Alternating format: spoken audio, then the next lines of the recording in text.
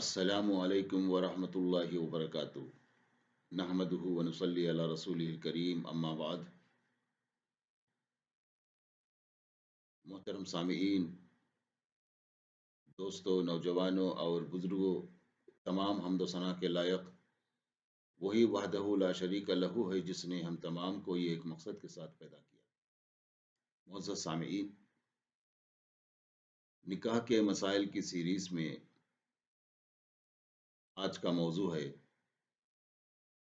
نبوت، جہاد، امامت کبریٰ، امامت صغریٰ وغیرہ۔ معزز سامعین، کار نبوت، جہاد بالسیف اور ملکی قیادت و سیادت یعنی امامت کبریٰ، تینوں کام زبردست مشکلات، مصائب اور ابتلاء و آزمائش کے متقاضی ہیں، جس کے لیے زبردست قوت،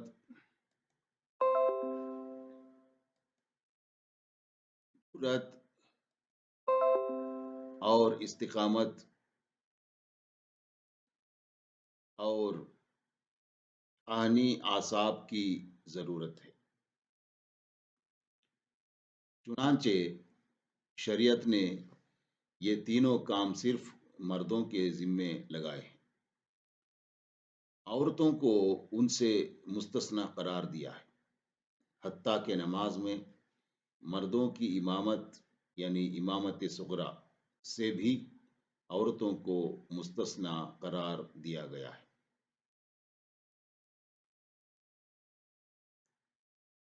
مذکورہ بالا 8 امور میں اسلام نے مرد کو عورت پر برتری یعنی نیکی اور تقوی کے اعتبار سے نہیں بلکہ اس کی قدرتی صلاحیتوں اور طبعی اوصاف کے اعتبار سے عطا فرمائی ہے۔ ضروری معلوم ہوتا ہے کہ اسلام نے مرد کے مقابلے میں عورت کو جس معاملے میں فضیلت عطا فرمائی ہے اس کا تذکرہ بھی کر دینا مناسب سمجھتا ہوں۔ اس میں سے ایک یہ ہے عورت بحیثیت ماں، یعنی عورت بحیثیت ماں۔ ایک صحابی حاضر خدمت ہوئے اور عرض کیا، یا رسول اللہ صلی اللہ علیہ وسلم، میرے حسن سلوک کا سب سے زیادہ مستحق کون ہے؟ آپ صلی اللہ علیہ وسلم نے ارشاد فرمایا، تیری ماں۔ اس نے دوبارہ عرض کیا، پھر کون؟ آپ صلی اللہ علیہ وسلم نے ارشاد فرمایا، تیری ماں۔ اس نے تیسری مرتبہ عرض کیا، پھر کون؟ تو آپ صلی اللہ علیہ وسلم نے 6 بار ارشاد فرمایا، تیری ماں۔ اس نے چوتھی بار عرض کیا، پھر کون؟ تو آپ صلی اللہ علیہ وسلم نے ارشاد فرمایا، تیرا باپ۔ بخاری۔ معزز سامعین، خاندانی نظام میں عورت کو مرد پر 3 درجے کی یہ فضیلت اسلام کا عطا کردہ وہ باعزت اور باوقار مقام ہے کہ دنیا بھر کی حقوق نسواں کی تنظیمیں صدیوں جد و جہد کرتی رہیں، تب بھی انہیں دنیا کا کوئی ملک، کوئی مذہب اور کوئی قانون یہ مقام دینے کے لیے تیار نہیں ہوگا۔ مسلمان گھرانے میں عورت نکاح کے بندھن میں بندھ کر اپنی عملی زندگی میں قدم رکھتی ہے تو اسے مرد کا مضبوط سہارا میسر آ جاتا ہے، اس کی اولاد ہوتی ہے تو اس کی عزت اور وقار میں کئی گنا اضافہ ہو جاتا ہے، اور جب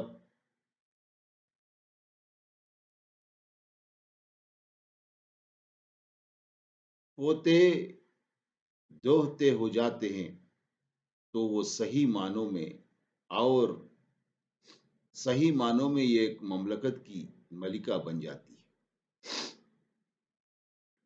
ایک طرف اپنے شوہر کی نگاہوں میں اس کی قدر و قیمت بڑھ جاتی ہے، تو دوسری طرف 40 یا 50 سالہ بیٹا بھی اپنی امی جان کے سامنے بولنے کی جرات نہیں کر پاتا۔ گھر کے بڑے بڑے معاملات کے فیصلے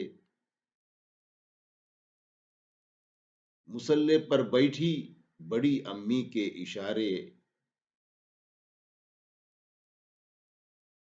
اس کے اشارے سے طے ہو جاتے ہیں۔ نواسے پوتے ہر وقت خدمت گاروں کی طرح دادی امی اور نانی امی کی دل جوئی پر کمر بستہ رہتے ہیں۔ کہیں بڑی امی ناراض نہ ہو جائیں اور بڑی امی بھی اپنے گلشن کے پھولوں اور کلیوں کو دیکھ دیکھ کر صدقے اور واری جاتی ہیں کہ ان کی زندگی بے مقصد اور بے عبث نہیں تھی۔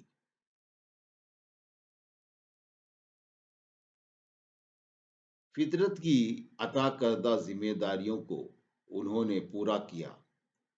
اپنے سامنے زندگی کا تسلسل دیکھ کر بڑی امی کے چہرے پر طمانینت اور سکون کا نور برسنے لگتا ہے۔ کاش حقوق نسواں کے لیے جد و جہد کرنے والی تنظیموں کو اسلام کی طرف سے عورت کو عطا کیے گئے اس مقام و مرتبے کے بارے میں سوچنے کی فرصت نصیب ہو۔ معزز سامعین، ہم نہ تو یہ اعتراف کرنے میں کوئی عار محسوس کرتے ہیں کہ اسلام نے عورت کو بحیثیت ماں مرد پر 3 گنا برتری عطا فرمائی ہے، کہ اسلام نے مرد کو عورت پر 8 امور پر اس کے طبعی اوصاف کی بنا پر برتری عطا فرمائی ہے۔ جہاں تک ان حضرات کا تعلق ہے جنہیں اسلام کے حوالے سے ہر قیمت پر عورت کو مرد کے برابر ثابت کرنے کا مرض لاحق ہے، ان سے ہم یہ دریافت کرنا چاہتے ہیں کہ آخر دنیا کے کون سے مذہب اور کون سے قانون میں عورت کو عملاً مرد کے برابر حقوق حاصل ہیں؟ اگر ایسا نہیں اور واقعی نہیں تو پھر ہم ان سے یہ گزارش کریں گے کہ دنیا کے دیگر مذاہب کی طرح اگر اسلام نے بھی عورت کو مرد کے برابر درجہ نہیں دیا تو اس میں ندامت یا خفت کی آخر بات ہی کیا ہے؟ مرد عورت کے حقوق کے بارے میں اسلام کی تقسیم دیگر تمام مذاہب کے مقابلے میں کہیں زیادہ عدل اور اعتدال پر مبنی ہے۔ اسلام نے آج سے 1400 سال قبل عورت کو جو حقوق از خود عنایت فرما دیے ہیں، دیگر مذاہب اور قوانین ہزار کوششوں کے باوجود وہ حقوق آج بھی عورت کو دینے کے لیے تیار نہیں ہے۔ معزز سامعین، اس لیے ہم تمام کو چاہیے کہ یہ پرفتن دور ہے،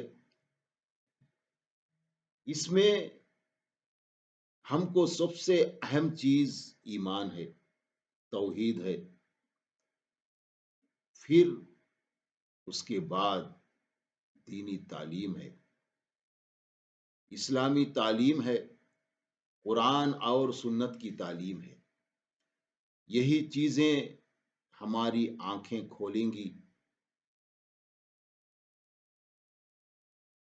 ہمارے راستوں میں نور برسائیں گی اور اس دنیا میں اور آخرت میں ہم کو کامیاب بنائیں گی، اور انہی کے ذریعے ہم کو ملنے والی ہے نجات بھی۔ جس کو نجات مل گئی، جس کو اللہ تعالی جہنم سے بچا دیا، اس کا مقام ہوگا جنت۔ اللہ تعالیٰ سے دعا ہے کہ اللہ تعالیٰ ہم تمام کو اپنے ایمان کو مضبوط کرنے اور ایمان اور نیک اعمال کرتے ہوئے کتاب و سنت کے مطابق زندگی گزارنے کی توفیق عطا فرمائے۔ آمین۔ والصلاة والسلام علی النبی والحمد للہ رب العالمین۔ السلام علیکم ورحمۃ اللہ وبرکاتہ۔